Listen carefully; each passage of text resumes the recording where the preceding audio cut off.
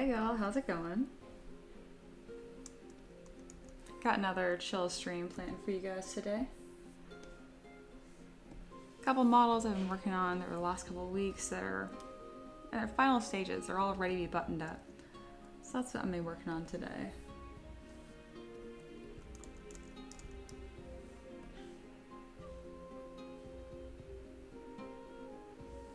Kind of hanging out here, giving a moment for people to kind of filter in.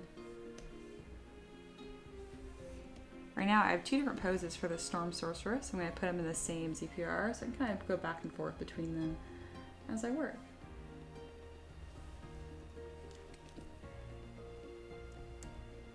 There we go. As you can tell, there's some weird glitches and goodness that we'll need to fix up before this is all ready to go. Alright, got my timer set. Let's get rolling. Alright, so these are taken from Character Creator 4. They were sculpted in ZBrush, however. So these little stripes here are actually going to be like ribbons hanging off of her wraps. But we have some patching up we need to do first. The way that Character Creator works is that it kind of creates a layer each time you put things back into ZBrush, and that's not really where I want right now. I'm happy with the deformations that have happened. So right now I'm just merging these into their own visible subtool and then getting rid of all of the individual pieces. There we go.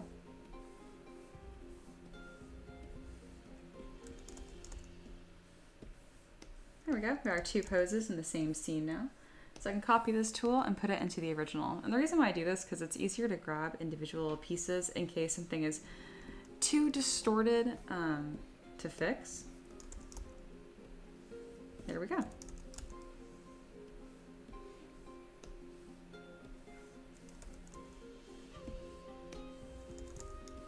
Almost done getting this scene prepped. Perfect. Alright, so this is the base that we're working with today. This is what I had when I moved it into Character Creator 4 to pose. So there we go. Go ahead and hide that stuff. Excellent. Let's get rolling. First things first, I'm going to kind of evaluate each pose. I want to see how much similarity there is between like the way that the fabric was to form. So that way if I detail it on one side, I can just kind of copy and paste for the next one. There we are. Alrighty. I'm happy with that. I don't need any poly paint. We'll work on this pose first. Okay. I kind of like to start in a really methodical approach. Kind of just go from the top down here. So we're going to rotate this entire scene to be a more interesting angle. Probably like this.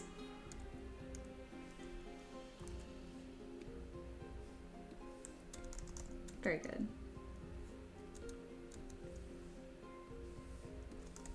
The requester specifically wanted like really dramatic hair. It's like whipping in the wind. So we're gonna make the hair its own piece. And let's start playing with that. So you can see it's pretty low resolution. So I'll hit Command D on my keyboard to add some subdivision levels there. And now we can start moving it around. Hair will definitely be one of the more interesting standout features for this model. I'm calling her a Storm Sorceress, but I think the technical race I'm going for here is a Hathran. And that's D&D specific, but you could build a Storm Sorceress in really any tabletop game. Hey, Nerd's here. Hello, hello. Nerd said, did you change your schedule or am I just late? Yeah, I kind of changed it in the new year. I'm a little more flexible now, so now I just kind of stream most days, and I start between really just around noon. So that's as early as 11 a.m. or as late as 1, give or take an hour. Yeah, I found that I really enjoy streaming, and so I kind of like just having a more flexible schedule here where I just just most days. Like technically today is a day off for me. I used to take Tuesday, Wednesdays off. Now I take Sunday, Monday off. I kind of just change it based on seasons. It's starting to warm up now, so I like having Mondays off because things are getting a little busier around here in Tennessee. And it's kind of nice to be able to go out when there's no one else out. But yeah, more than ever, if you guys want to catch me when I'm streaming, it probably benefits you most to, you don't even have to subscribe on YouTube, just follow me on some platforms. I'll usually post before I go live.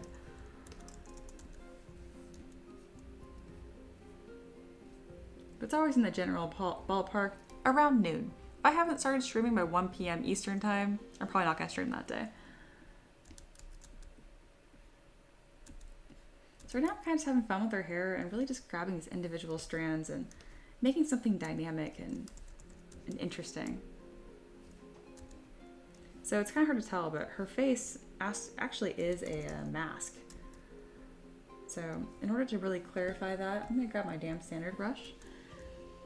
And we're going to really put a cleaner silhouette. My brush is acting a little funny, so you can go to your brush palette and click on reset all brushes, and it'll give you kind of like a nice new starting point. Like that skipping that's happening, that's kind of silly.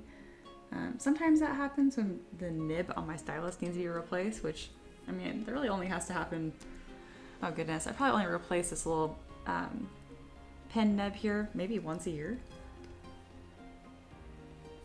They'll probably change on whatever brand of tablet you're using. But for me, that's worked just fine.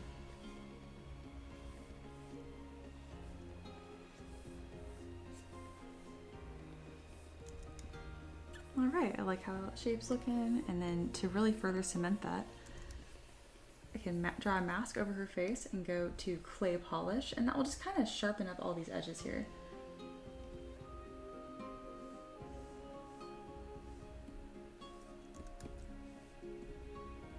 There you go, you can kind of see it smoothing out some features here. There we go, really getting more of that hard surface look. Very nice. I'm gonna make her headpiece separate as well, so I can take these ribbons here and kind of play with these forms too. Hope you guys had a good weekend. Mine was great last night. Like a lot of Americans, I was watching the Super Bowl. I didn't really care about either team, but it was fun to watch. My dad hates the Chiefs, so he had a good night.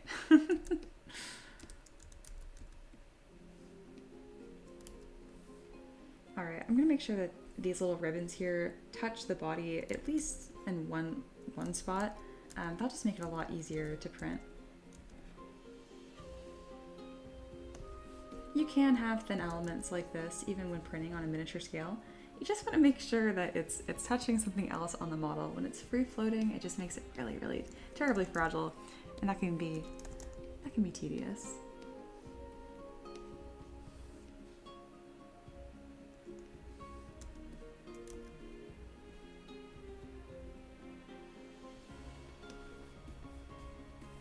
Most of y'all that join my streams this early know who I am and know what I'm up to and stuff. But if you don't, I sculpt D&D models, really just tabletop models for 3D printing, and that's what I do for a living. I sell those files, I share them on Patreon, all that good stuff. Just for the next few days, I actually have a 50% off discount on my rare and legendary Patreon tiers, which is like a smoking deal. That means you can request a model for half off. But point being, I have a new little feature going on YouTube where it's like a Q&A. I've never used it before, so feel free to ask questions via that module. It should make it a little easier for me to see them so I don't miss your questions. But if not, I'm just happy to hang out here and get some work done. I imagine most of y'all are probably doing the same on this Monday afternoon. But whether you're at home just hanging out or at the office getting some work done, I appreciate you hanging out. I plan to get both of the poses for this model complete today.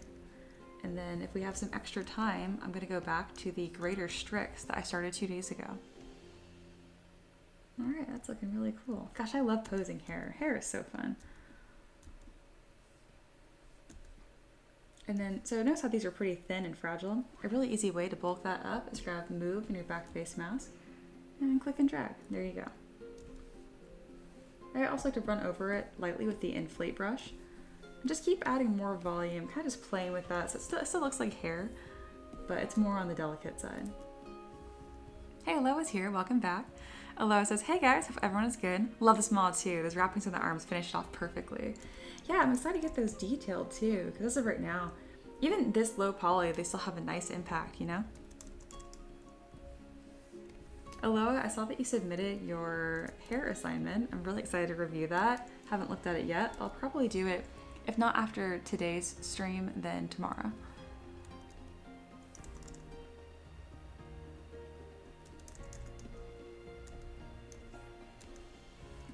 I'm not sure why this bodice here ended up so low poly and textured. That happens sometimes when I'm taking it from character creator. I don't know why that happened. But it's a really easy fix.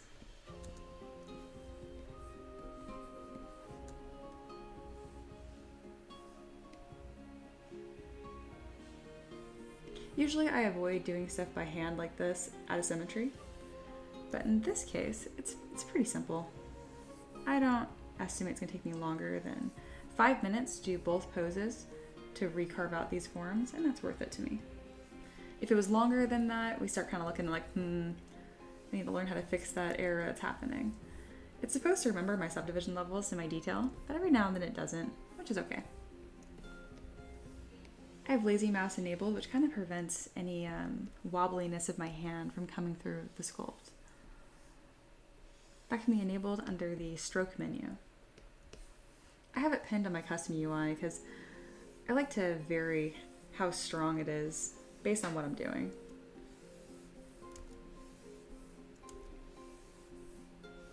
There we go, it's looking a lot better, a lot more structured. Perfect. All right, we'll go ahead and leave that alone. And we're gonna go ahead and post-process that down. Aloha said, this has probably been the best I've felt as an artist. Oh, I'm so happy to hear that. I'm finally in a good place outside of art and I can apply myself properly now. Your tutoring helps a ton. And yes, of course, there's no rush. It's quite long this time. Oh, your assignment submission. Yeah, no problem. But I'm so glad that you're feeling good. It can be a lot to make sure everything is like just in the right place, you know, we're in the right headspace for learning something new and creating art. It's a lot of work. So you should be very proud of yourself.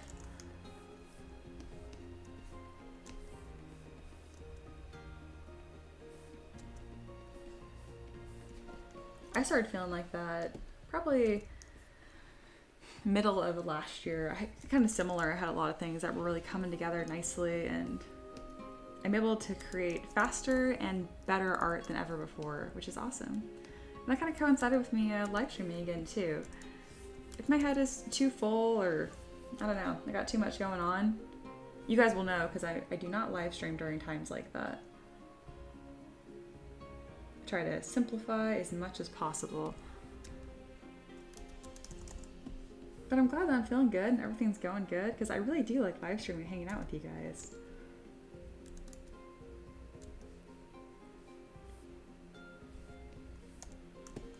Alright, that looks great. I'm very happy with her hair too. This is cool. Looks more like a lion's mane almost. Cool, cool. I'm gonna pull it a little farther to be even more dramatic because that was something that the requester specifically asked for on Patreon. There we go. I think they're gonna be happy with that. I definitely am. So as I work through this, this is like my final stage of sculpting. So every time I find a shape I'm happy with, I go ahead and I remesh it. So I make sure any individual pieces get merged into one. Aloha says, I watched a video on demand last night to catch up, and that Strix model was crazy cool, the way it was built up slowly. I think it's one of my favorites I've seen you do. Yeah, that was a fun one. That was really interesting. Even I wasn't terribly sure how that was going to turn out, but ended up being a really good time. When I saw the request for the greater strokes initially on Patreon, I was kind of like, oh, I don't really. I was just so. The idea just didn't. The description of it didn't visualize anything in my head. But as I started working on it, it really came together nicely.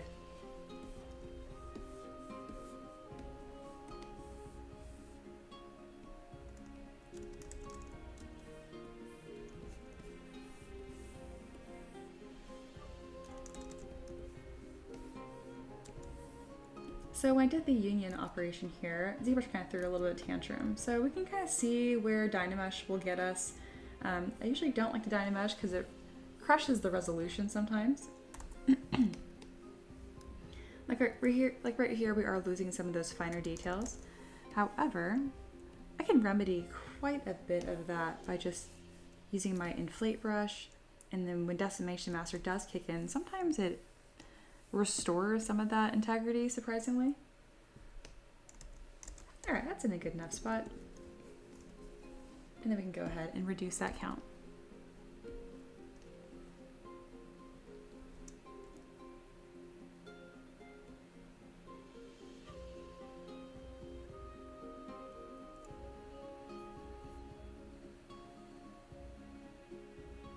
I'm enjoying kind of a quieter stream today. I didn't have any breakfast, so I'm like kind of low on calorie.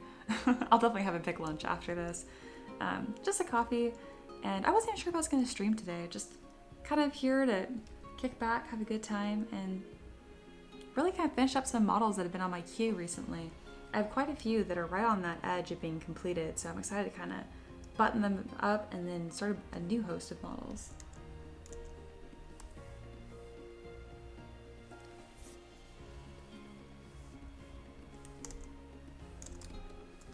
I'm getting faster at this new workflow I've kind of developed this year too, which also feels good. Let's go ahead and zoom in on this crown. There we are.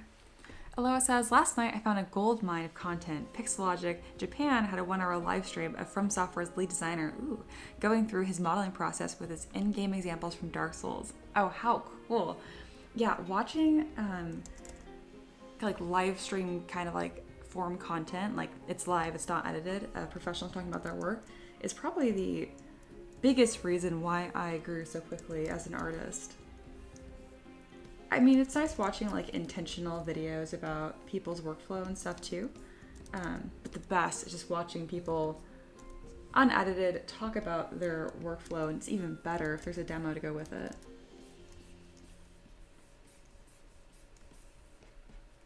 I used to watch live streams, even if they weren't even in English, just to like, I would just slow down the video and really carefully follow their cursor and see what buttons they were clicking and then copy them on my side. And that was super helpful too. Not the most like easy or seamless learning experience, but it sure worked.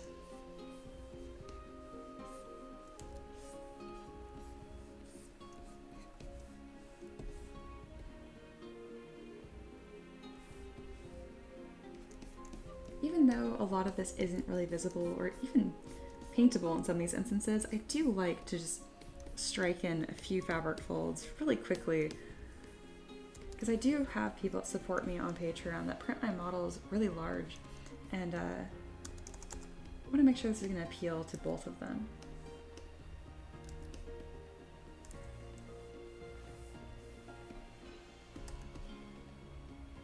Alright, just moving right along.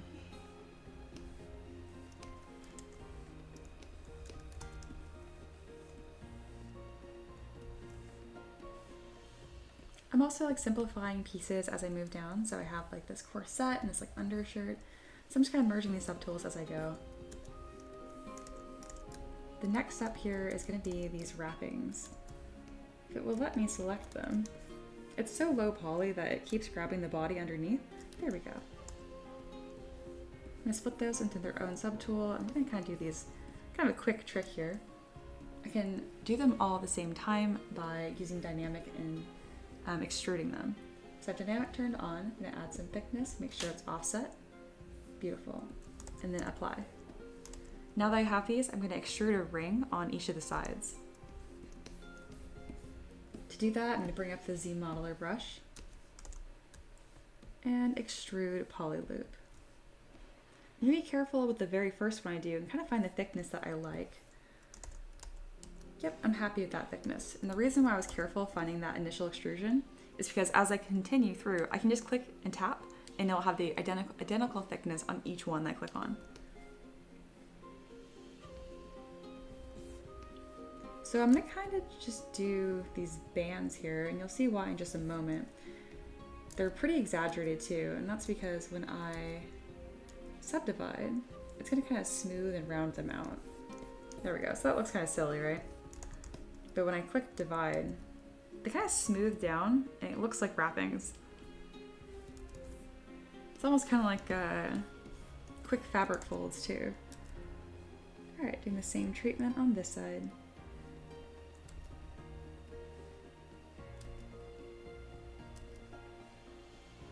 Perfect. All right, I'm happy with that. Subdivide a few times. And now I can show these ribbons that I have again here. We can start to place these.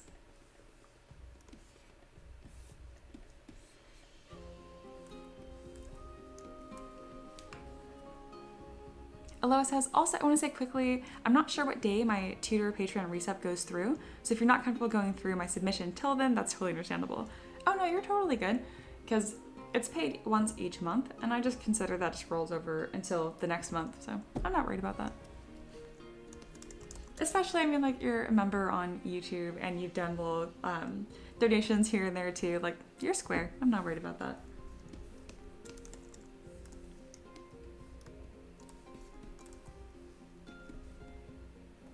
All right, making sure that these are substantial enough. I don't have to be too picky or careful when I go through these in pose.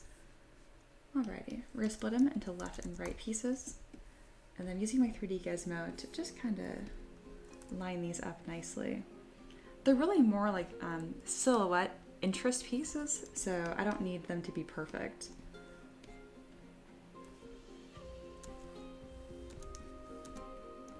I'm gonna have them just roughly positioned, and then I will go through my gizmo again, but this time I'm going to choose a bend deformer.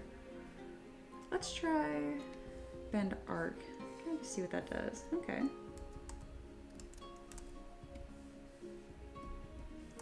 Just a reminder that you cannot use gizmo deformers like this if you have subdivision levels. You can freeze them, but I usually just divide a few times and then just delete them. If I really want those divisions back, I can just construct them myself and then project details back on. All right, we're gonna use bend curve here. I think bend curve's gonna be the better move here. Maybe even spiral. There we go.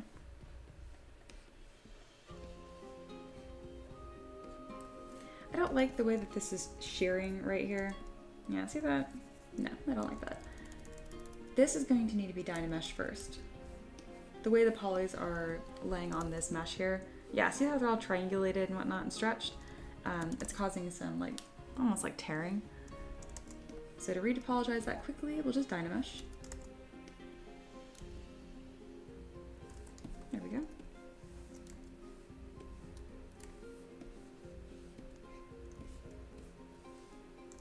And now that should behave a lot nicer. I still haven't found out what shape I want here, so I'm kind of playing with twist now. I might want to use twist.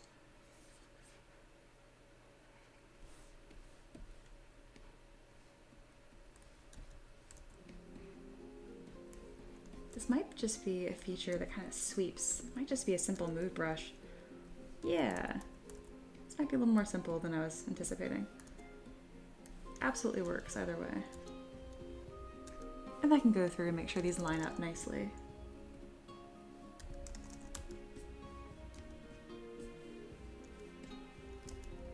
Sitaka is here. Hi, welcome back. Aloha says, do you have a favorite model you worked on so far? Oh, it's hard to say. I mean, I'm almost at 1,000 now. Probably anything that is like a vague creature description that I can just kind of run with. So one of my favorites I've done is a blood hag. She's really elongated and spooky, and her design roughly reminds me of, if you guys have seen the anime or read it, The Promised Netherland, kind of reminds me of those monsters. As far as a singular favorite model, I don't think so. It's a good question though.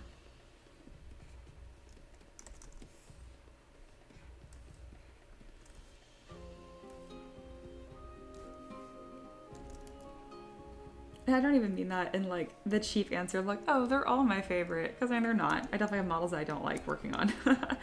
But they really do just all have different facets of what I'm working on, and it's one of my favorite things about my job is that things are so different and it keeps things really fresh.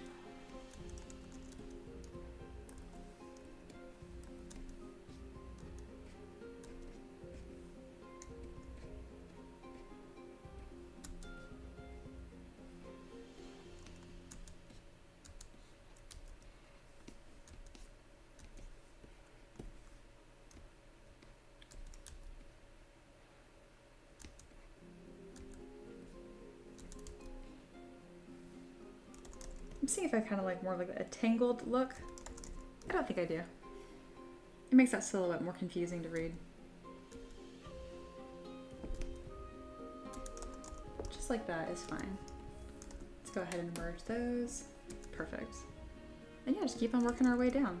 These tabards got really distorted and goofy, and honestly, they weren't very well constructed anyway. So I'm gonna go ahead and delete those, and we're gonna reconstruct some correctly. So to do that, I'm going to append a cube, but I'm going to immediately come down here to initialize and do a Q cube, because the way that this topology is on top is a nightmare to deal with. I want it to be nice all the way around, just like this. Now I'm going to take that, crush it down, and find this tabard shape that I want. I'm going to come through with my Z modeler brush and get rid of a few of these edge loops. I don't need that many. Being really careful to click on the right line. There we go.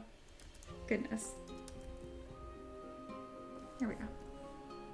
And then extruding a line just right here.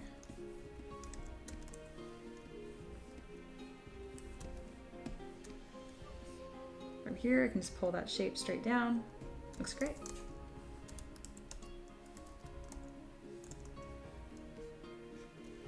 And then Aloha asks, do you use the nanomesh feature in ZBrush much, by the way? You know, I don't use it super often.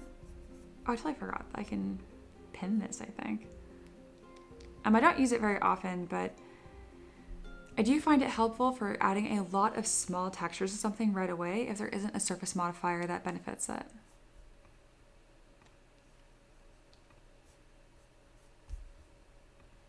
Let's see, I'm kind of playing with this new like Q&A feature. I think I like just answering your questions freeform. So I'll go ahead and end this Q&A. But feel free to keep asking questions. I just like looking over and reading the chat more. There we go. YouTube has so many fun little features and stuff. I'm always trying them out. And I'm like, that one, I'm like, I think that's unnecessarily complicated.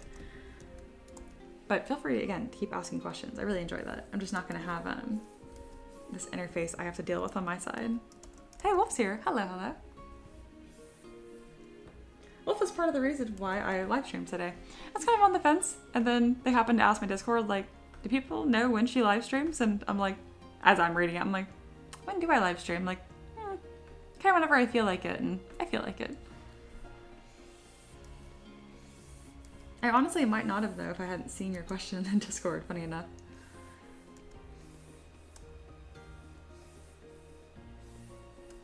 There we go, adding a few fabric folds here. And then reducing that poly count. Wolf says they're making a tabletop system for Trench Crusade. Very cool.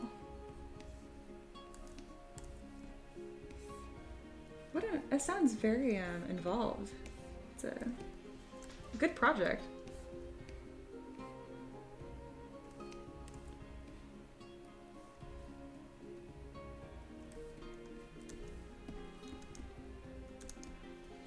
Alright, so now we're fitting this tabard here, and to do that, I'm just really carefully using my move brush. There we go. I don't know why it's pulling these forms off. Oh, it's because I know why. the consequences of my own actions. Crazy. There we go. I reduced the poly count way too soon, way too quickly. So when I tried to like bend this, it was getting all like shredded and pixelated looking.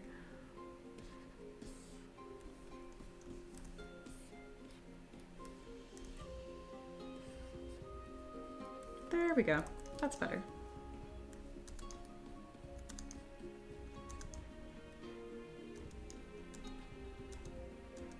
And I want there to be 2 layers here, so I'll just hit Control-Shift-D on my keyboard and I can really quickly make a copy.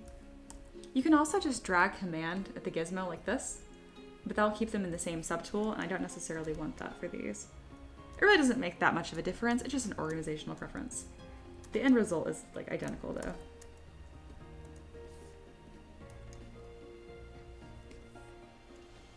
Wolf says, I'm glad you streamed. I got a nice stream to watch while I work or write. Well, I like that too.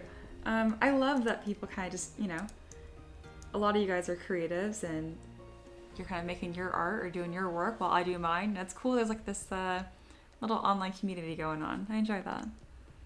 Wolf says, I like making tables TTRPG systems a lot. I have like 7 or 8 of them made. Oh goodness, that's very cool. I'll keep that in mind. Do you just do them for fun? Or are they like commission? Well, it's fun regardless. But what's the motivation behind it? Curious. I assume you DM a lot of games then.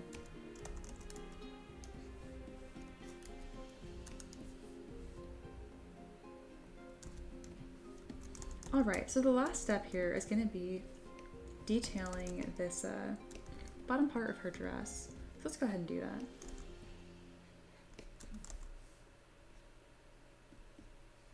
I'm going to smooth it out just a touch. And then I'm probably going to run another Ziri mesh over the top of it, just so we have even more even polys. So it already looked quite nice. I need to scoot this around so her foot is not poking out. Looks a bit odd otherwise. And then let's go ahead and balance this a bit more. So we need to pull this forward. When you pose in Character Creator 4, it kind of does that thing like old school RPGs do, where they're wearing like a cape, it kind of like grabs onto them. It looks silly. Instead of using my move brush, I'm going to try using a bend deformer instead. Go in here and taper. There we go. Oh, no, that really didn't do what I wanted it to, did it?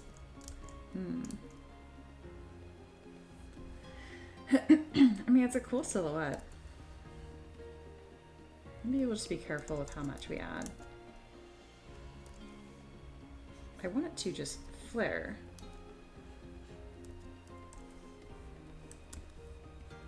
Something else I can do is I can mask this area. Do this instead.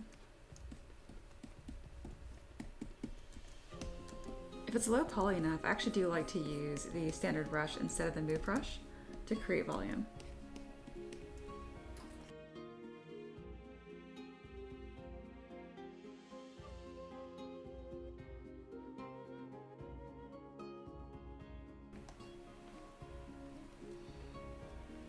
Alright, Aloha says, imagine a live M3DM like the Critical Role live events. Oh yeah, that'd be quite the production, wouldn't it? And then Wolf says, I do them for fun. I do it because I have fun making them, but also I do it for my players that want a different feel or play than what's available out there. Like a Monster Hunter system or a Titanfall 2 system. Very cool. Funny enough, I actually, I had a Monster Hunter project in the works and I axed it because I moved across the country and kind of disrupted things. In a great way, but you know, it disrupted things. And I still have all of these Monster Hunter models ready to go. I have different levels of armor, like high rank, like low rank, high rank, master rank. I printed a low rank and a master rank version. And then I have stat sheets made for them and everything, and magic items. Maybe we should collaborate on that, because I have a lot of framework for that going right now too. They're models that I do plan to release, I just haven't yet.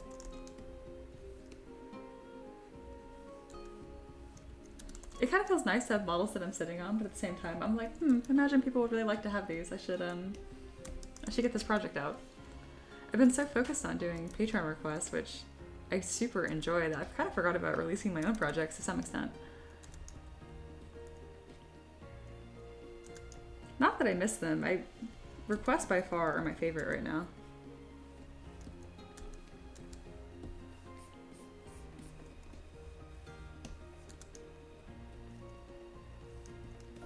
All right, I'm gonna save this and I'm gonna see if I actually have those files saved on my computer right now because I'd like to show you. Wolf says that would be so much fun, right? I feel like it complements so well. I don't know if I have any on my system right now. Let me see. So I'd pick a monster that I already had and then I would make, oh, I sure do. All right, guys, here is a preview of the Monster Hunter series. I have 10 or 13 packs ready to go. I just haven't released them. So yeah, oh, I have a baby version too. So this is the baby lion drake. So this is the lion drake pack, right? I have a baby lion drake. I have a large, scary adult as well. I have some scatter terrains. In this case, I went with like a desert themed look here. And then I have the actual hunters. There's a male, female for every one of them, of course. Yeah, so here's like the simple armor. And then I have the version decked out with all of the pieces of the lion drake. I don't have the lion drake actually showing right now. I just have the baby. So let me go ahead and grab the lion drake image so I can show it to you guys. Because this is the like adult that it's based on. So yeah, this is the monster that I sculpted a while ago. And then this is the armored hunter that I did that's inspired of it.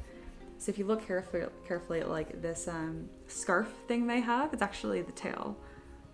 Yeah, I have a bunch of monsters like this. I kind of just, this whole project has been sitting on the shelf. Yeah, I'll definitely reach out if I end up releasing this and maybe we can do something together. That'd be a lot of fun.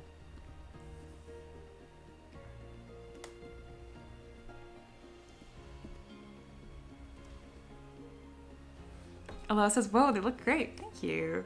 Wolf also, ooh, I like. And the desk art looks amazing. Yeah, everyone I've showed them to likes them. I need to release these models, y'all. And again, I have like a bunch of them. I made sure that I picked a monster from like every different terrain climate. So I have one that's like ocean, mountain, desert, forest. I have multiple monsters from every biome. So yeah, I will do that. Alrighty.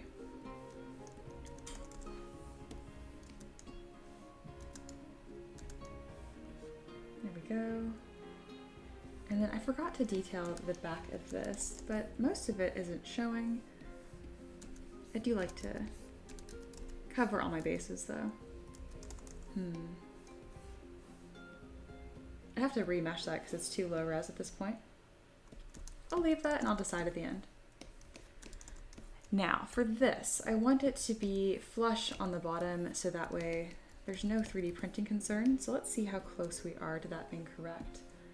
Oh, pretty darn close. So right now I'm making sure there isn't any areas hanging down like, for example, like this. I want to make sure it's as level as possible. So I'm going to go ahead and do close holes and then extrude this trim piece I'm about to do. But there's no issues. There we go.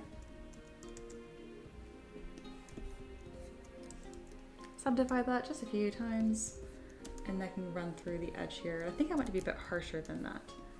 So what I'll do is I will split this again and extrude a top and a bottom layer. I do try to avoid these thinner bottom layers just because once I button them up for printing, usually a piece of that gets lost. But if I'm really careful, it should be just fine. All right, now we have this forming together, and now it's time for some fabric folds, which are my favorite things to do. I want to make sure I don't have too much of a gap between these armored like hip pieces that look more like leather at this point. Because that's like a really sneaky place where resin can hide once it's 3D printed. All right, that's looking good. Let's get some fabric folds going.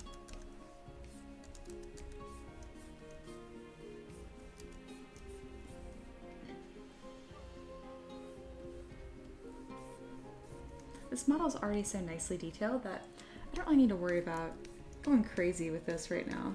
Just enough so it's not looking bare. The focal point here is definitely like her head and her hair, and there's a lot going on up here. So down here, I'm just gonna let this just be more simple.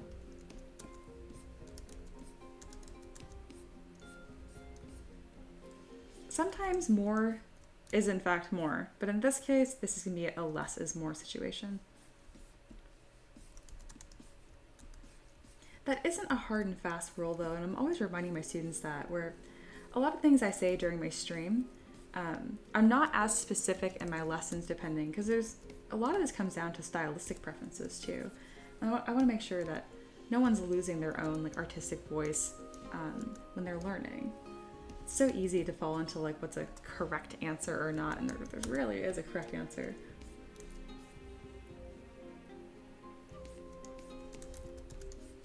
So right now I'm just kind of, even though I'm not adding a lot of fabric folds or like fine details, I do want to make sure these are pronounced and intentional. Something I like to say is don't mumble when you sculpt. And this is me clearing my throat, I guess.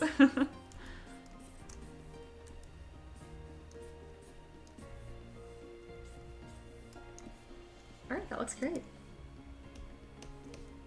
That's pretty much exactly what I had in mind. This is really coming together nicely. Gonna lower these tabards a bit so they fit the body. Excellent. And there she is. That's pretty much one pose done. We do have some weird floating fingernails over here that look like they need to be guided home really quickly, so let's go ahead and do that.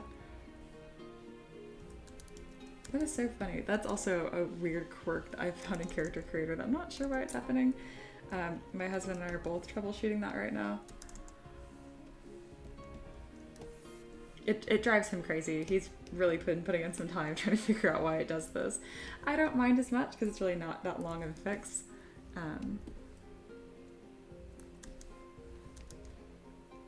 Yeah, it's also not terribly necessary. I could just delete these.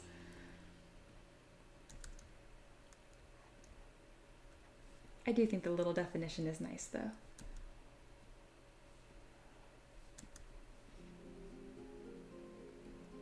There we go. And now she has fingernails again.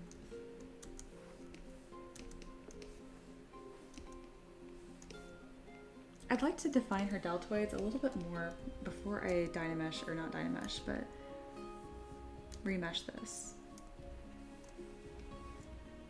This one looks really nice. I can really follow that. This form has gotten a little goofy, so I kind of struck out where that line is, and now let's put it where it actually belongs. It's much higher. That's better. Little strike on the back here too. If she's gonna be this muscular, her biceps probably be more defined as well. But since it kind of hides behind those wrappings, I don't want it to look too unclear. That's good. I like that. Beautiful. Aloha says, by the way, you mentioned wanting to stream both the modeling and then Ricky with the posing. You might have the best time using Discord screen share. Yeah, but the problem with Discord, which is kind of silly, or maybe, oh, I hear what you're saying. I hear what you're saying, because it's still stream on YouTube. I have done streams on Discord specifically, but you can't watch a Discord like screen share without someone, without joining the voice chat, which I know a lot of y'all are shy and don't want your mics hooked up. I totally understand. Like, I don't really want there to be 30 people talking anyway.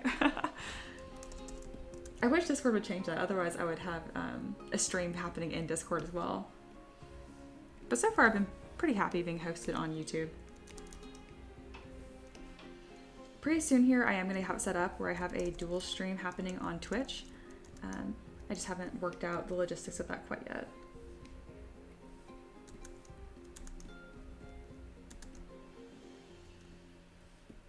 I'm never going to join the monetization program on Twitch though, because they require exclusivity, which I think is ridiculous. So in other words, if you want to be monetized on Twitch, you have to only stream on Twitch, which is silly. Alrighty, so I'm taking some of these pieces, and if they are close to contact, let's just go ahead and simplify it. Might as well touch. That's going to strengthen up the integrity of the model in a few different ways. I'm going to run a light inflate brush over the top of this. Every little bit of volume counts and helps. Perfect. Alright, I think that's all done, guys. I'm gonna go ahead and save this, and then I will get that other pose all cleaned up. Perfect. Hello, Matt. I just meant if you did a Discord private call, just you and Ricky, he could share his screen, And then, yeah, pull up Discord on your screen so you can see. Yes, yes, absolutely. I did understand what you meant. I don't know why I then just talked about why I don't stream in Discord. But yes, very good suggestion. And I'll keep that in mind. I think we can host it locally through OBS, but that would be a really good workaround too. Oh, speaking of, and not like terribly important news, but terribly important news, I now have a hearts overlay. I wanted to have this, I'm probably going to stream on Valentine's Day, and I thought it'd be fun if I had something cute going on, so here's a little bit of love for you guys. Okay, love's over. Alright, let's check out this other pose here, which definitely needs some help. And then we'll keep the finish pose up.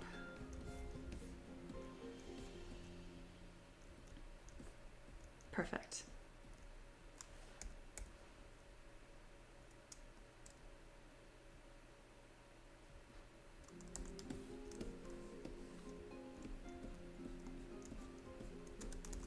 Alright, so for this, a lot of this work's already, I just did, so there's no need to just do it again. I'll probably be going back and forth between both poses and grabbing the pieces that I have remeshed already. The crown's gonna be pretty much the same, but I like the hair that I just spent time doing. So let's go ahead and grab that. Go ahead and click append, and then we'll kind of spin it around to fit this new model.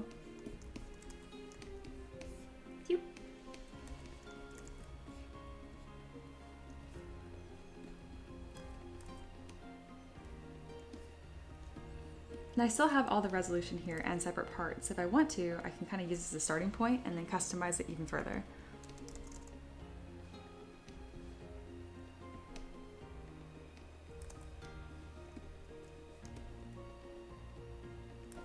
All right, I'm gonna grab my move brush, make sure she doesn't have any bald spots.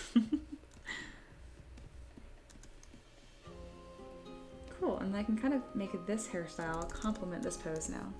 So I'm going to run through with move topological, kind of just grab some sections here.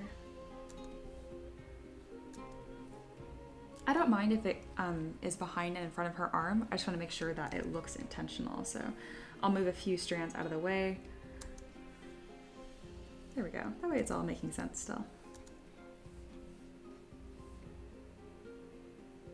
Okay, it's sitting quite far off her scalp. I'm gonna double check this other pose for that. It is kind of far off her scalp on this side too. It really makes her look like she's kind of like bald. It's probably not terribly important, but it is funny if you look at it from that specific angle. I'm debating putting just like a blob under here to make this all more structural. I'm also debating how much extra work that would be and how necessary it is. Let's go ahead and trial it and I'll decide if it's worth it. Hair blob initiated. And this is purely for a 3D printing standpoint. If this is going to be like a game asset, I wouldn't worry about this. Let me go under here and transparency and just kind of move this around. Because it'd be a shame if someone's using this as a tabletop piece, and if the hair is so fragile, like you grab this just right and then this breaks, we don't want that. It does have nice contact points at the top and the bottom, so it'd probably be fine. But you know, I like to put as much thought into my work as possible. There we go. Added a bunch of volume there. It barely took any time. And now I don't have to worry about it. I just know it's good to go. Perfect. And then to make this even better, I'll come through here and I like to patch seams with a brush that only exists in Lightbox. It's the slash brush right here. It requires pretty high resolution. There we go. This will do the job. And then Wolf asked if I have seen or played Trench Crusade. No, I've actually never even heard of it. I'll probably look it up after my stream here, but you're welcome to tell me about it in the meantime.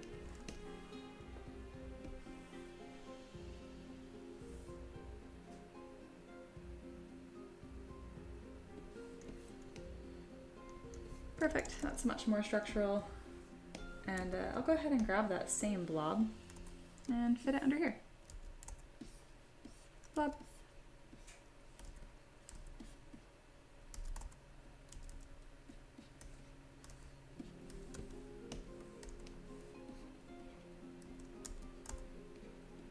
funny little glitch there.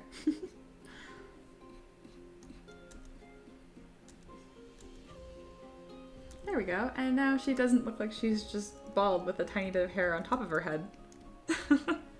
Perfect.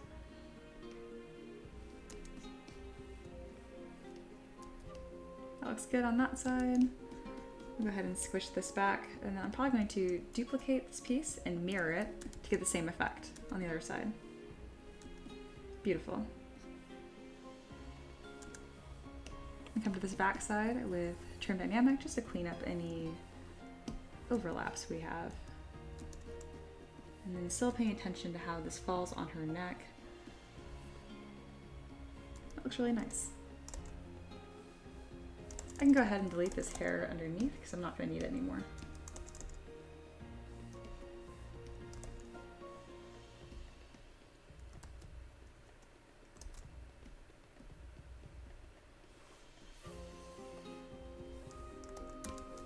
There it is. Perfect. Wolf says it raised Trench Crusade. It raised $5.6 million in Kickstarter, and that was made by a well-known TTRPG maker and great concept artist. Very cool. Good for them. That's fantastic. That's exactly what Kickstarter is for. I'm glad they were able to bring that to life. It definitely sounds like a passion project they had on the side.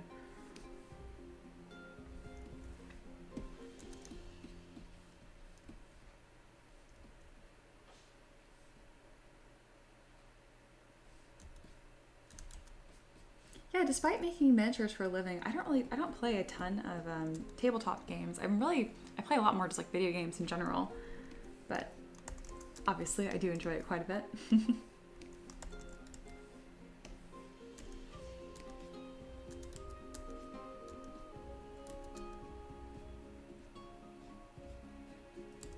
When did you guys first start playing tabletop games? The first time I ever played it was actually in college. Nobody I knew in high school played D&D or anything like that. And I'm sure people did. I just didn't know those people. I hope this isn't giving the impression that I was too cool to do it in high school. I was secretary in chess club, in academic decathlon, and in band. So by no means did I think I was too cool to play D&D. I just didn't know anyone that played it.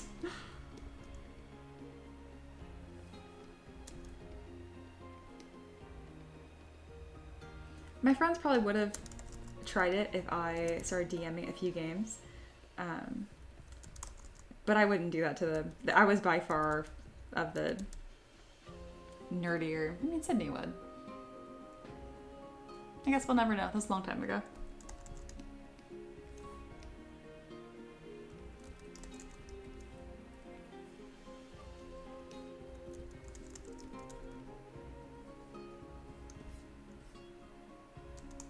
Alright, looking pretty good. I'll go ahead and merge this hair blob down. Perfect. I'm going to toggle perspective a few times, and now nudge that a bit farther. More is more. Wolf says they started playing in high school. What was your first tabletop game? I imagine either D&D or Pathfinder. That seems to be like the gateway drug.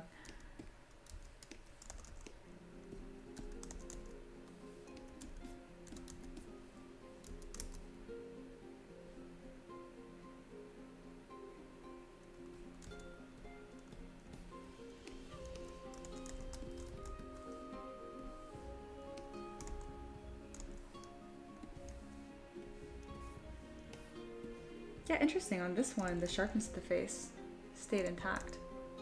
Huh, how funny. I think she looks quite good without hair, too. She just happens to have fantastic hair.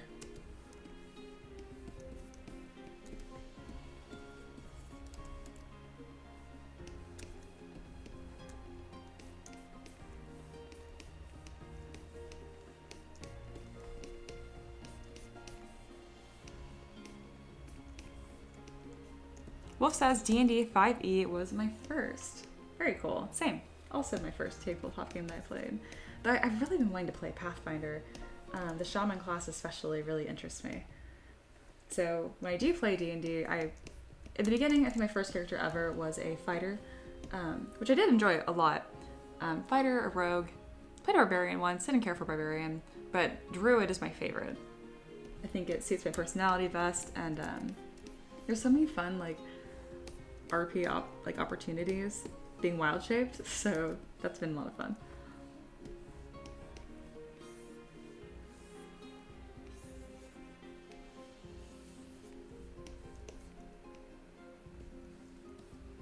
Taka says, started playing about 1.5 years ago. And yeah, it was D&D. Very cool.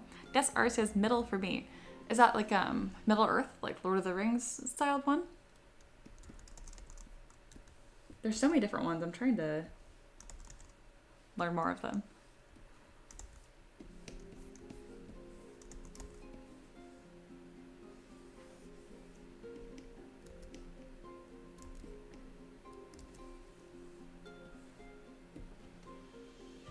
Do you guys play online or do you play in person? Personally, I started off playing in person, and then we all started moving across the country, and that kind of just stopped that. And then I had a different group that popped up. It's actually the guy who pops in every now and then, Miguel and Ella from Ella's Arcanum. The three of us will play together sometimes, and then Ella's husband will pop in every now and then Jen's wife. My husband is a total dork, but does not play D&D. Just not his thing.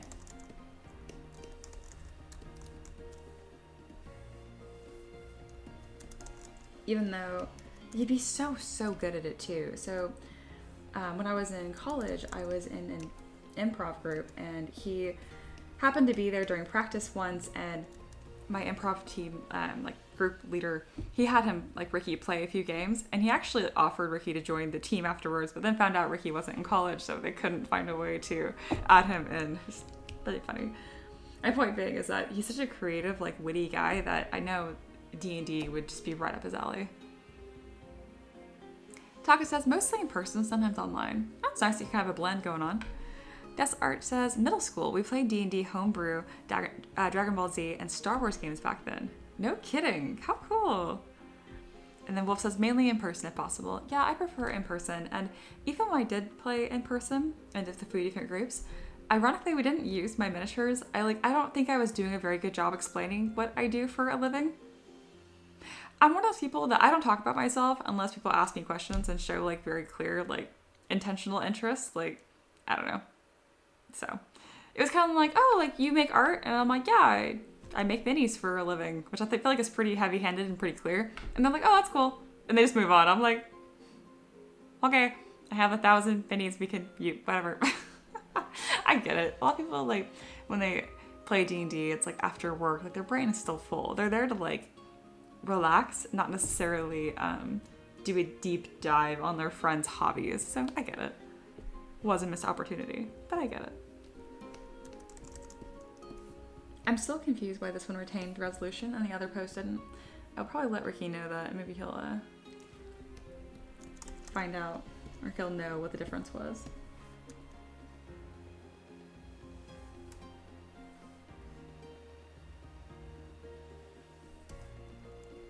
There's actually a brewery that is in the town next to mine. They do D&D live, and I've thought about going there with some of my minis, because I test print everything. I just have this huge box of minis. I paint some of them. I'm just giving them to them, hey, if you want to use them, great. If you don't, I don't care. But they're just sitting on literally on a shelf in my shop, and there's hundreds of them. So someone should be using these. I've thought about doing just little giveaways on Patreon too, but Patreon is really insane about any sort of giveaway. It wouldn't even be a paid entry thing. It'd just be if you want them, give me your email. If you don't, that's fine. I have not found a way to offload my hundreds of test prints yet, but I will.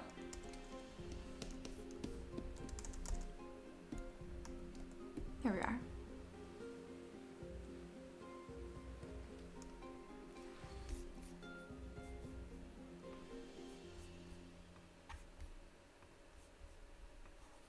Most of y'all are regulars here, but if you are new, I've got a 50% off code for my Patreon for the first month pinned.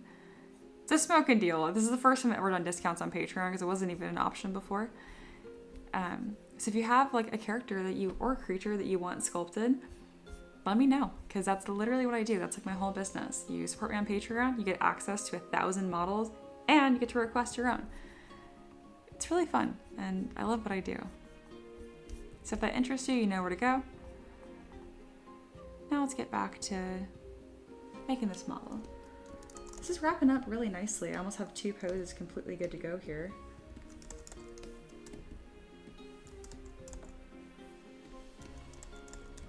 I need to fit this hand a bit better. I don't mind that's a little more open-handed, but it is odd that these nails keep floating away, don't they?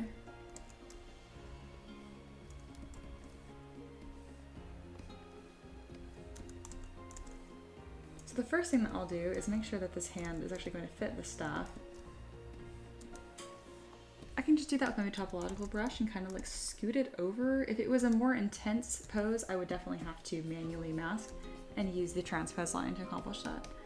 But since it's mostly in place, I can just really gently smoosh this around.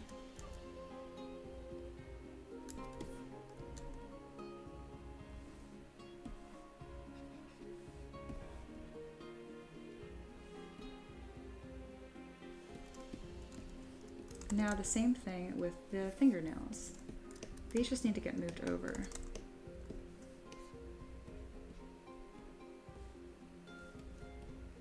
I don't normally have to do this. This is an odd bug we're having with Character Creator that we're slowly troubleshooting.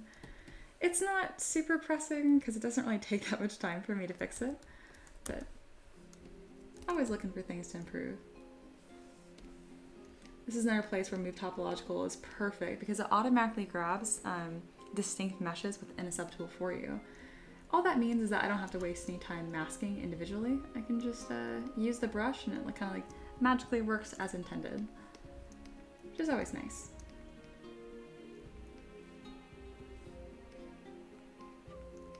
There are so many different custom brushes and you can buy for ZBrush, and the software itself comes with a ton, like pretty much all of these. It might interest you guys to know that I really only use a handful of them. I would say 90% of my sculpting is attributed to like 4 different brushes.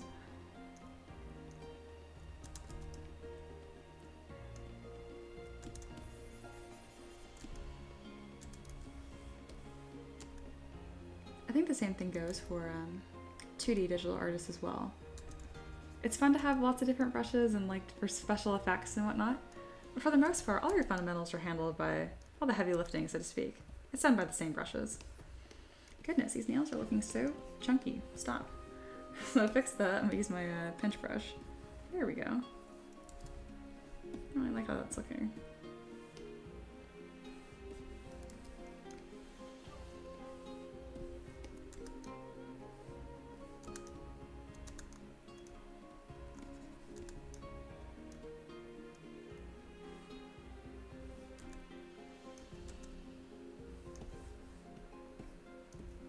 That's better.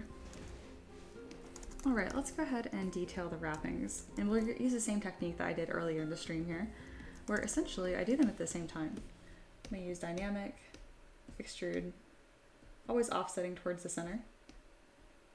There we go. And then just quickly going with my Z modeler brush to add some volume. And just kind of these like stripes.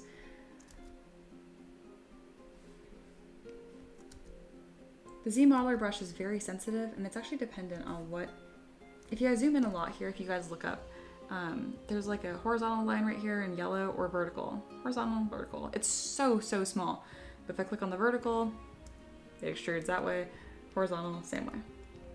But in the beginning, when I was trying to learn this brush, oh my goodness, I was just absolutely confounded by like, it just seemed random which direction it would go in.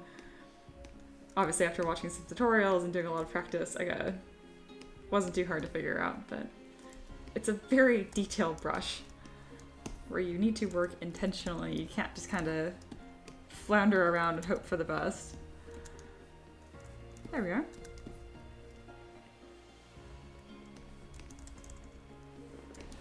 All right. these next pieces here, I did a lot of detailing on that first pose, so I'm gonna see if I can just repurpose those. Kind of the same way I did the hair.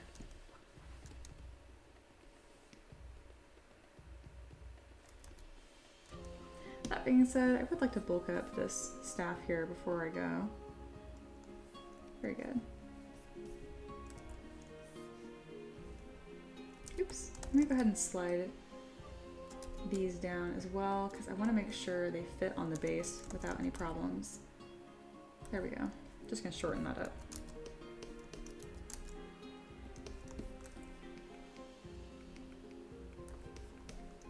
Beautiful.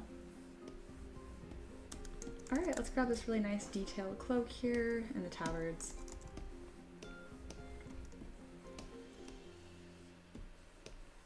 It's gonna need some adjusting and it might not work. I might need to just detail this from scratch again, which is totally fine if I need to. Wolf says, how does the model look so smooth in that preview but not in the final? I'm not certain what you're asking actually.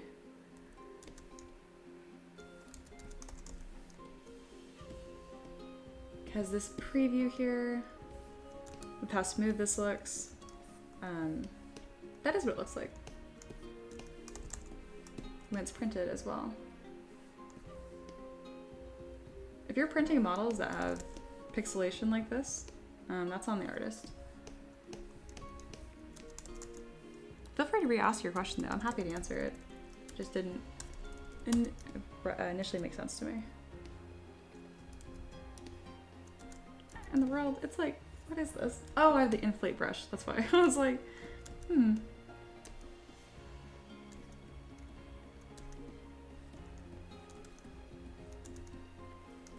All right, it looks like I'm gonna be able to get away with this, which is perfect.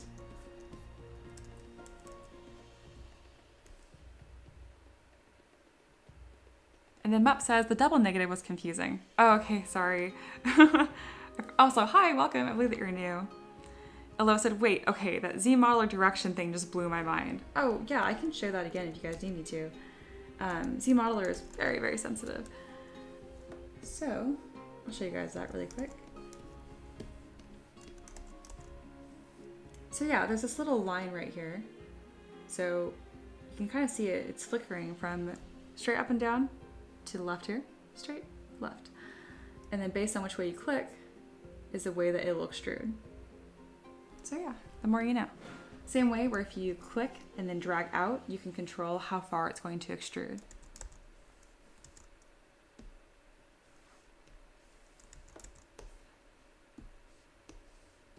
There we go, back to fitting this.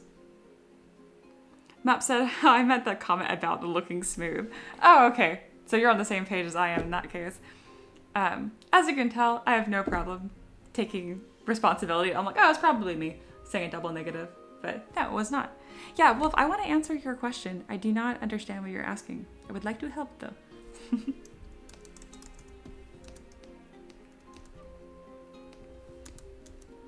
Also, welcome again, Mups. I'm not sure if you're a long-time lurker or not, but I like your username. It's very silly. Is it short for something? Mups. Because I'm just thinking Muppet. So right now I'm going to turn on transparency to better fit this to the mesh underneath here. Wolf said, sorry, I got pulled for something. I missed what happened. Oh, we were asking about your question. We don't know what you're talking about. When you said, how does the model look not smooth in that preview, but not in final? Oh, that is double negative. Yeah. I have no idea what you're asking. Because my final models are butter smooth and they print beautifully. So that's why I don't know what you're asking.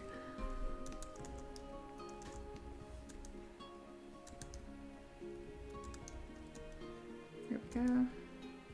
But it is interesting in ZBrush where, like, if you're talking about the preview effect, there's quite a few things that they're preview, but they're not actually happening on the model until like you click accept or you finish the operation.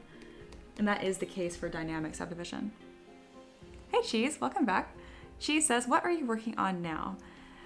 I am working on a Storm Sorceress. So I have two poses here. I just finished the one on the left and now I am post-processing this one on the right.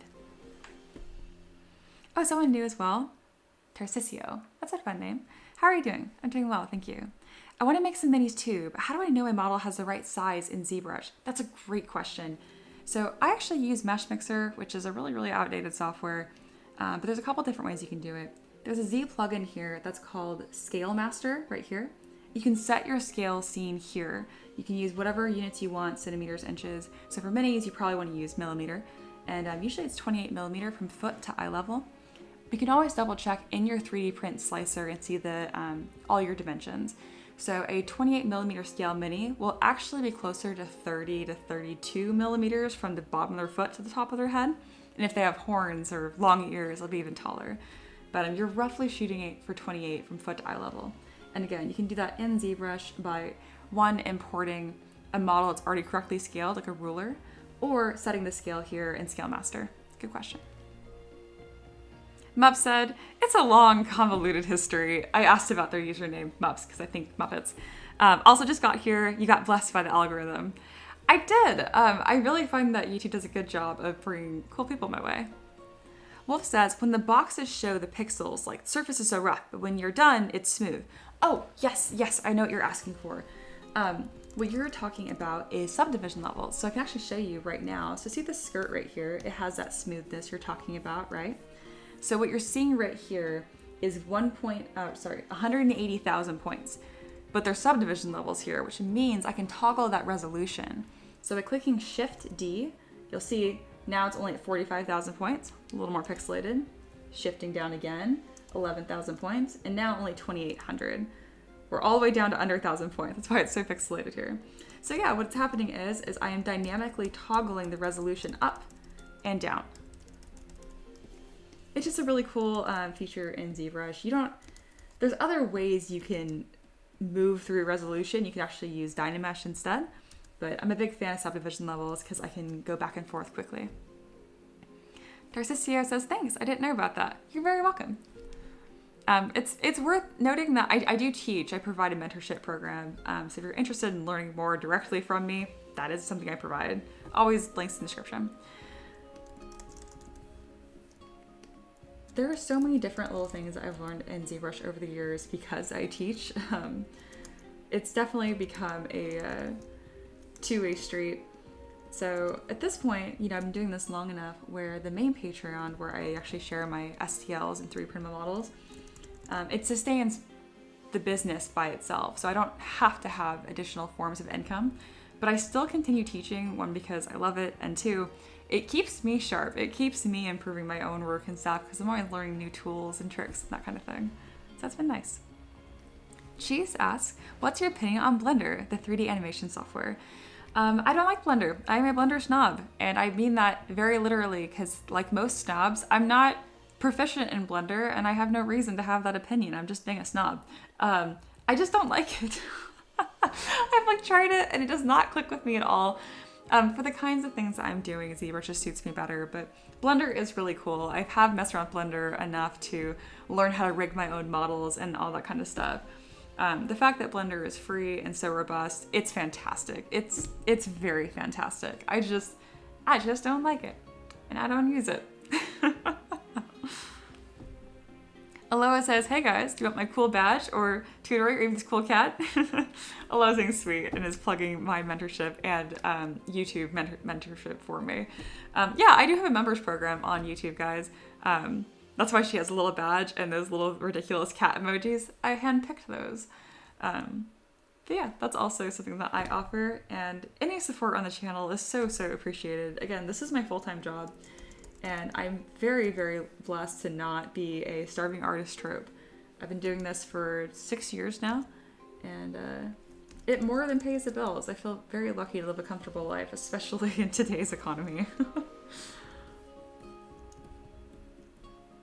I do my best to make sure that any donations or stuff that I offer is immensely valuable though. So it's not just a donation, you do get stuff in return as well. One of the probably the most valuable being that you can request your own models. So this character I'm working on right now, actually, it's somebody's player's character. So it's a Hathran Sorceress, which is compatible in D&D.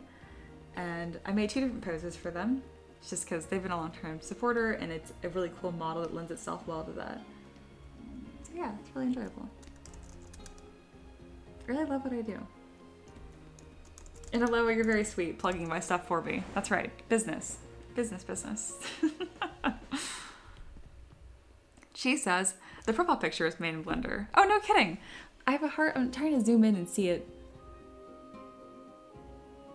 It's very hard to see on camera because it's so small. That's very cool.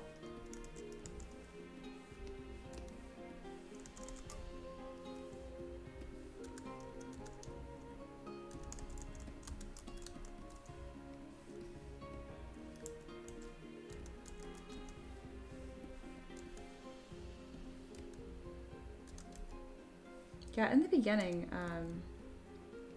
ZBrush just clicked with me so much more, but it's also kind of more related to what I do, because I do this high poly sculpting, which isn't Blender's like strong suit. You can do it though.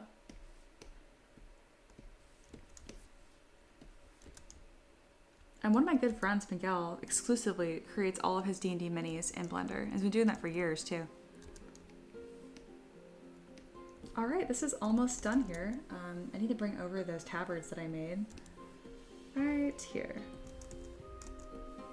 And the ribbons, which I may or may not add to this other pose. It's just based on what complements the most. I mostly have those ribbons hanging from a wrapping. It's just because it makes for an interesting silhouette.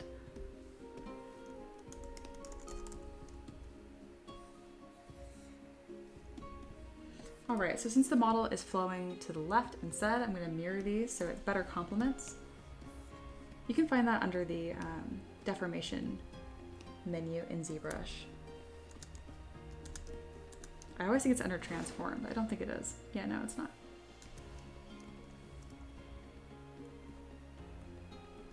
Taylor says, didn't realize you'd be streaming today. Love the hair. Thank you. Yeah, I kind of just stream whenever. And Bob's 3D printing really changed the landscape for this kind of stuff. It really, really did. And then Cheese member, remember I flooded general chat with stuff I made in Blender. Oh yeah, I think my bot timed you out for that. Wolf says, what is the best way to do long flowing hair? It's best to control it in layers. So what I do is I create a hair blob to start with. So I literally grab a sphere. I will fix it on their head. I'll dynamesh it and I will keep moving it around.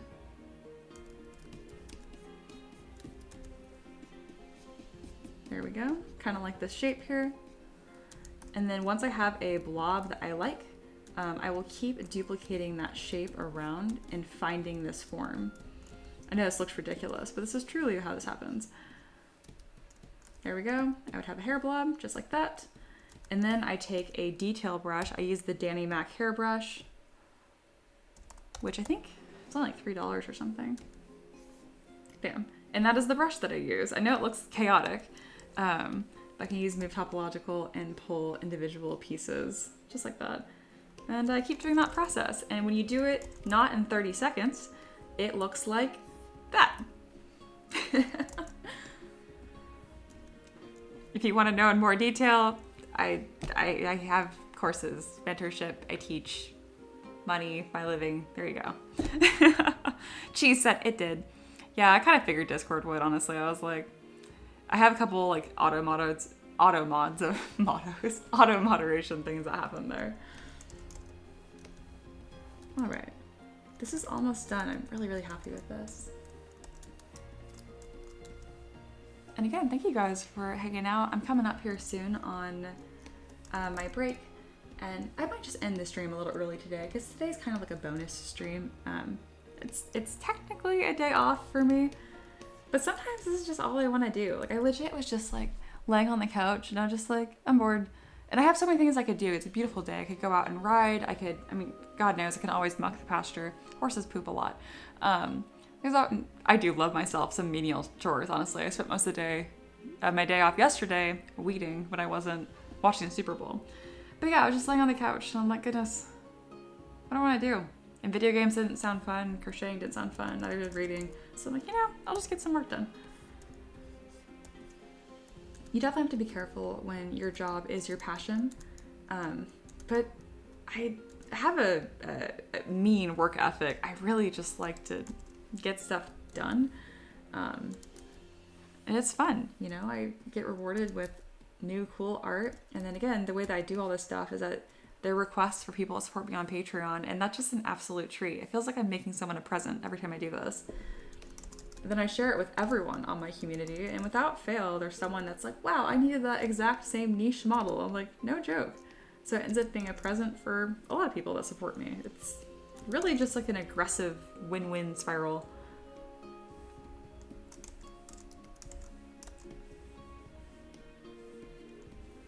All right, let's go ahead and append these again, because I do think these little flowing ribbons will be a nice touch. And then Cheese asks, what's the next thing? You're gonna make it if you want to make another thing.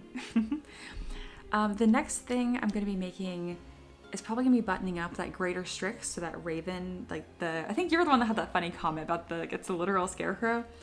But that'll probably be for tomorrow, not for today. I think I'm ready for lunch. Because again, didn't have breakfast today for no good reason. I just didn't want it. And then Taka says, for years now, I've wanted to watch the Super Bowl just because some friends are talking about it, but starts about 1 a.m. on a Sunday for me, so hell no. Oh, I forgot about time zones. Yeah, so growing up in California, I'm used to the Super Bowl being a afternoon thing. You know, we watched it like 3 p.m. But I live on the East Coast now, so it's 6 p.m. and it felt so weird. Like the Super Bowl ended at 10 at night. I was like, too old for this. She says, also, I think it might have kicked me out of the server. It might have. Do you want a new invite and then just agreement to be more on topic so my mod doesn't crush you? Oh, that cracks me up. I used to have the default settings for Discord even more aggressive. Like I think you have to have like a verified phone number and stuff, but that was causing a ton of issues too. It's a little zealous. It does its job, perhaps a little aggressively, but it does. And then Mupp says, have you done any 40k stuff? Or do you try to focus more on fantasy? Well, Warhammer is really cool. And then Age of Sigmar is fantasy. So I could do that. But I just don't want to get sued, you know? Because like the Space Marines are so iconic and recognizable. I mean, I guess Helldivers looks like too. But anyway, long story short, Games Workshop scares me, and I don't do anything relevant to their IP at all. Because this, though it's based on a Hathran sorceress, it's just like a storm sorceress. I can really take my own design and stuff. I'm concerned if people start requesting stuff from 40k, it will be really IP specific, and that's not really what I do. I'm open to it. If people are happy with me making my own versions of stuff, then I'm super, super open to that.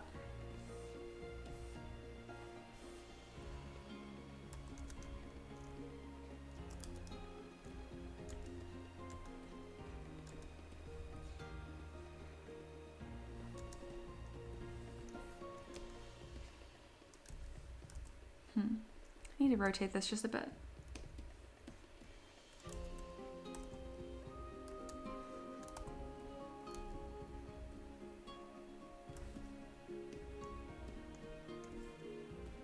All right, that's coming together. And then Mupp said, I didn't think about Games Workshop being hounding. Yeah, it kind of is. Let's see. Sarah says, I've watched the Super Bowl once. My dad decided to watch sports ball while I was doing homework on the couch. Yeah, that counts. Sports ball. And then she's asking about our 2,000 points of plastic. I do not know what you're talking about, actually. So I think nothing about it.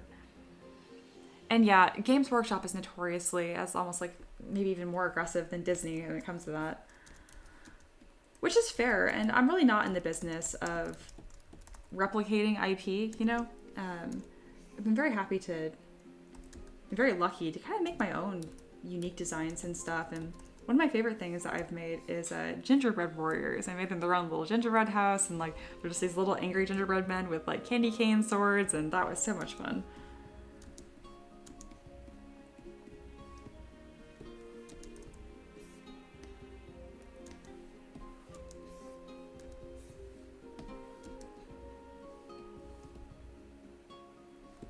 All right now I'm just kind of taking my time to make sure that none of this is looking odd with the silhouette, and it's also laying nicely on the model. Very good.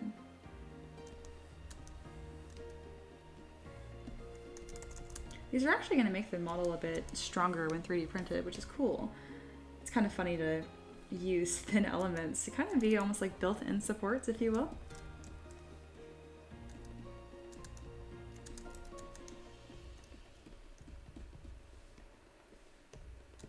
Very cool.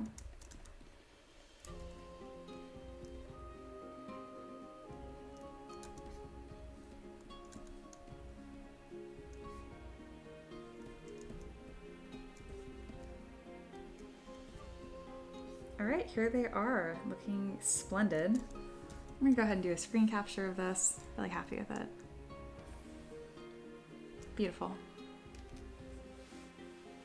Tarsistio says, I heard the background music before, but I can't remember where it's from.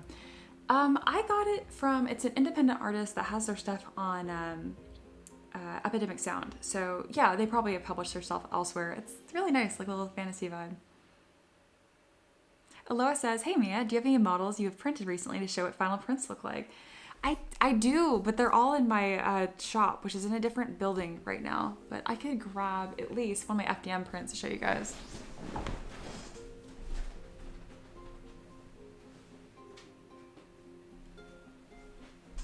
So every now and then, sorry, my chair is so creaky.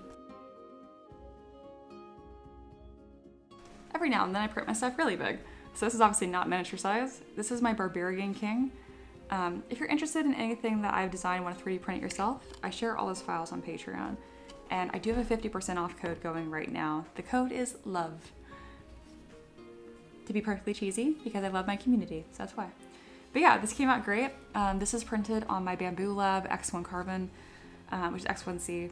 And it was printed with that multicolor edition. So I didn't paint this. This is as it printed, which is pretty darn cool, yeah? So yeah, people ask that my stuff is FDM friendly. I'm like, yes. More in-depth answer, I mean, it depends, right? But for the most part, yes. I need to grab all my minis to show you guys. Again, they're just in a different building.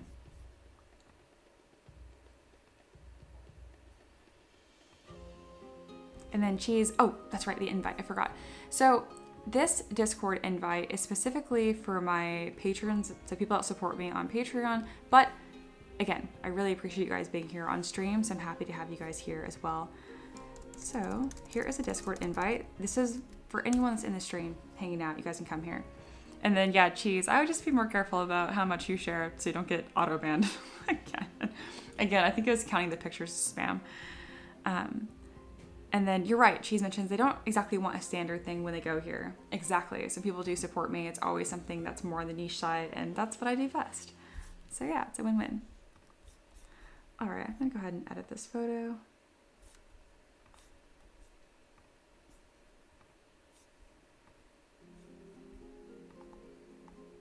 Beautiful. All right.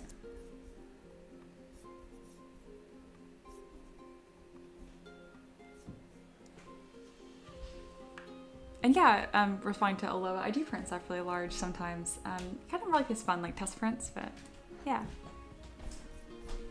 Oh, my husband just brought a bunch of minis because he's the best. Thank you. These are all super new. Okay. Oh, these are all my new stuff. Okay, so you guys probably saw some of these on stream. Here is the Grim Reaper. Let's see if I can get these focused as well as possible. Oh, it wants to focus on my face because that's what it's designed for. But yeah, that's my Grim Reaper that I made on stream. These are super small. I have that Cursed Mermaid as well. Which this came out so nice. Oh, thanks, Ricky. Does that help? Not really. It doesn't want to focus on this. It wants to focus on my face. Oh, because we have the focus locked. It's not auto anymore. Right. But that's okay. Oh, make your camera big. I don't know how to quickly do that. Okay. I'm also wrapping up my stream right now. Yeah. But we can get this all set up for next time too. But I can just put them all on my hand really quickly too. So like, again,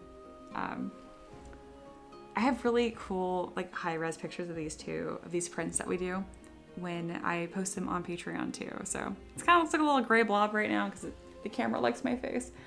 But yeah. God, these came out really nice. Is this with the Saturn? Oh yeah.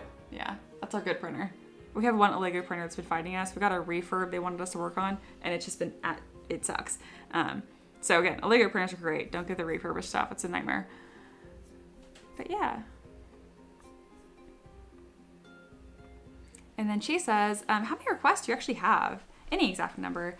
I think I have over 50 on the queue right now. But I get through them pretty quick. All right, y'all, instead of doing just like my normal break, I'm actually going to just stop the stream a little bit early to go get lunch, and then I'll come back tomorrow and hang out with y'all. But thanks for being here. Again, it would mean the world to me if you checked out my Patreon. It's why I can do this full time, and you don't even have to spend money. There is a free option where you can just hang out and be part of the community. I really, really, really appreciate it. But I think that's everything. All right. You guys have a fantastic rest of your Monday, and I'll see you tomorrow, okay? Bye.